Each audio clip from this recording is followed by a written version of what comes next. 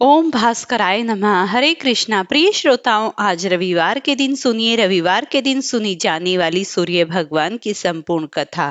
पहले सुनिए श्री आदित्य हृदय स्तोत्र पाठ का हिंदी अनुवाद। भगवान आदित्य के हृदय स्वरूप इस आदित्य हृदय स्तोत्र का उपदेश अगस्त मुनि ने भगवान राम को दिया था और भगवान राम ने इसी का प्रयोग श्री रामचंद्र जी ने रावण का वध करने में शक्ति प्राप्त की थी। इस स्तोत्र के नित्य 3 पाठ करने से शत्रु बाधा शांत हो जाती है, पितृदोष निवारण होता है, सूर्य नारायण की पूर्ण कृपा प्राप्त होती है, आरोग्य मिलता है, आत्मविश्वास में वृद्धि होती है, कोर्ट कचहरी क्षेत्र में विजय मिलती है, सरकारी नौकरी या सरकारी कामों में फायदा होता है, अटके हुए सभी काम पूरे हो जाते हैं। श्री रामचंद्र युद्ध से थककर चिंता करते हुए रणभूमि में खड़े थे। इतने में रावण भी युद्ध के लिए उनके सामने आकर खड़ा हो गया। यह देख भगवान अगस्त मुनि जो युद्ध देखने के लिए देवताओं के साथ आए हुए थे, वे मुनि भगवान राम के पास जाकर बोले।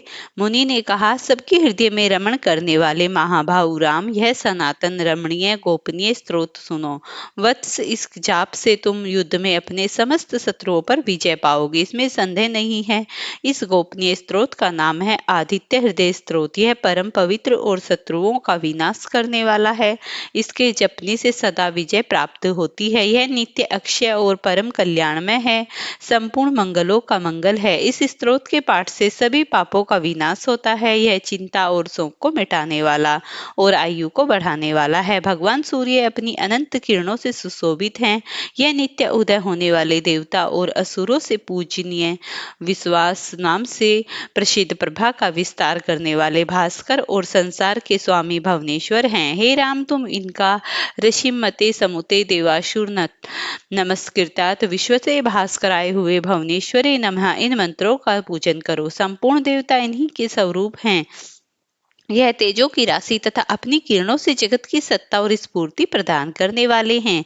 यही अपनी राशियों का प्रसार करके देवता और असुरों सहित संपूर्ण लोकों का पालन करते हैं। यही ब्रह्मा विष्णु स्कंद प्रजापति इंद्र कुबेर काल यम चंद्रमा वरुण पितर वसु साध्य अश्वनी कुमार मरंतगनु मनु वायु अग्नि प्रजा प्राण ऋतुओं को प्रकट करने वाले तथा प्रभा के तेजों में पुंज हैं। इन्हीं के नाम आदित्य, अदिति, पुत्र, शविता, जगदोपति करने वाले, खग, आकाश में विचरण करने वाले, पूषा तथा सप्त सप्त घोड़ों वाले, मरीचिमान, किरणों से सुशोभित, तिमिरों, उन्मत्थान, अंधकार का नाश करने वाले, शुभ कल्याणकारक, त्वष्टा, जगत का संहार करने वाले, मार्तंड, जीवन प्रदान करने वाले, अशुमान, किरण ग्रहण करने वाले, हिरण्याग्र ब्रह्मा जी, शिशिर मुख देने वाले, तपन उष्णता पैदा करने वाले, असंहारक, दिनकर, रवि, प्रार्थना योग्य, अग्नि गर्भ आदि, अग्नि को गर्भ में धारण करने वाले, अदिति पुत्र, शंख व्याप,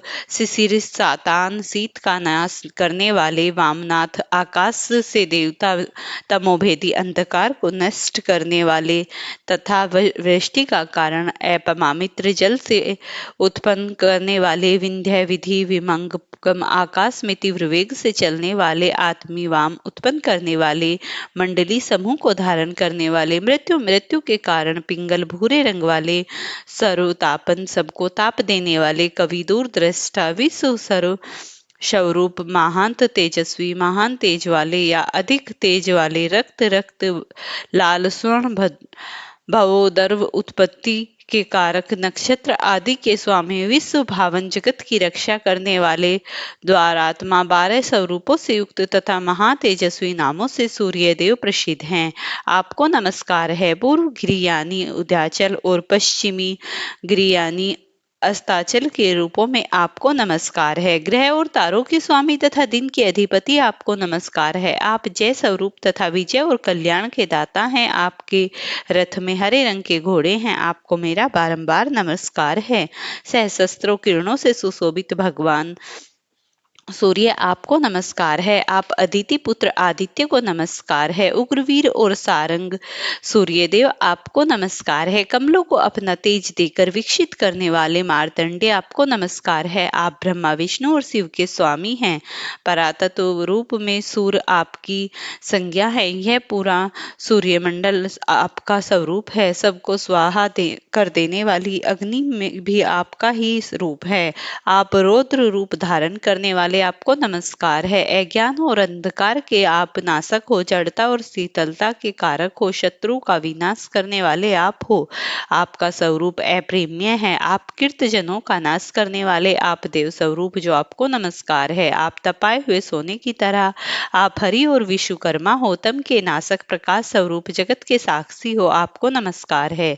सूर्य की संपूर्ण भूतों का संहार करने वाले पालन करने वाले सूर्य ही अपनी गर्मी से अपनी किरणों द्वारा वर्षा करते हैं।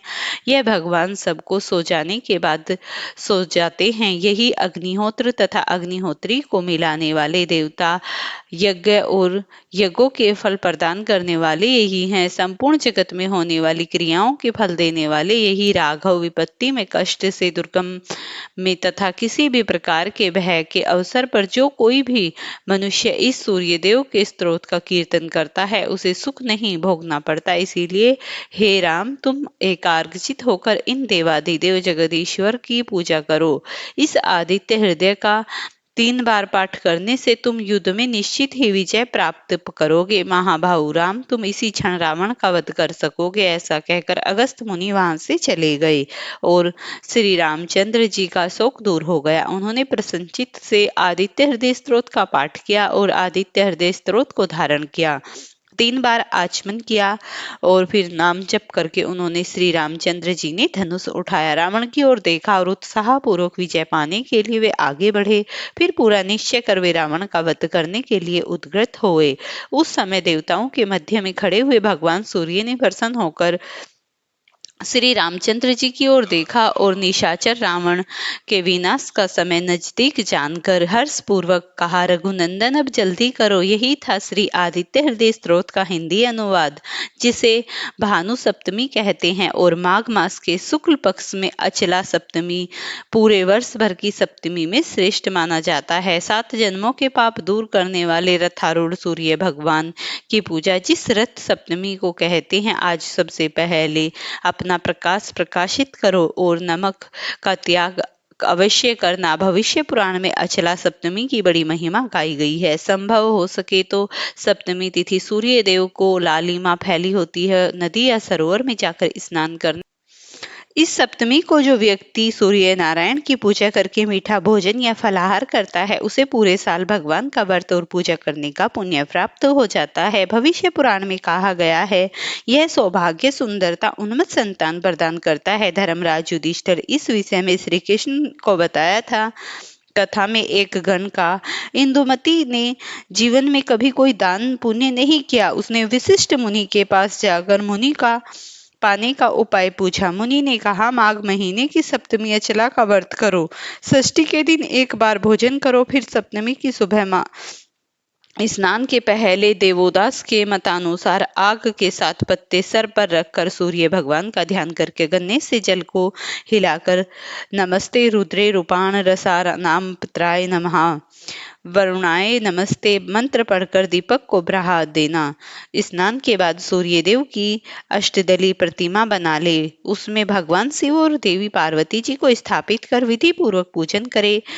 फिर तांबे के पात्र में अक्षत्र भरकर पात्र सहित दान करे। जो लोग नदी में स्नान नहीं कर सकते वे गंगा जी का स्मरण कर गंगा जल डालकर स्नान कर सकते हैं और इसी दिन सूर्यदेव को दीपदान जरूर करना चाहिए। फिर गणिका की मुनि ने बताया, आप माघ सप्तमी के व्रत से देह त्यागी को पुण्य फल की प्राप्ति होती है। इंद्रदेव ने उसे अप्सराओं की नायिका बना दिया। अचला सप्तमी की एक कथा, भगवान श्री कृष्ण ने पुत्र सांब से 2 जुड़ी थी। सांब अत्यंत सुंदर और बलवान थे और उन्हें अपनी सुंदरता पर बड़ा घमंड था। एक बार भगवान श्री कृष्ण और सांब साथ साथ बैठे हुए थे, तभी दुर्वासा ऋषि वहां पर आए। तपस्या के कारण दुर्वासा ऋषि बहुत कमजोर दिख रहे थे। उनके शरीर की दशा देखकर सांप हंसने लगे।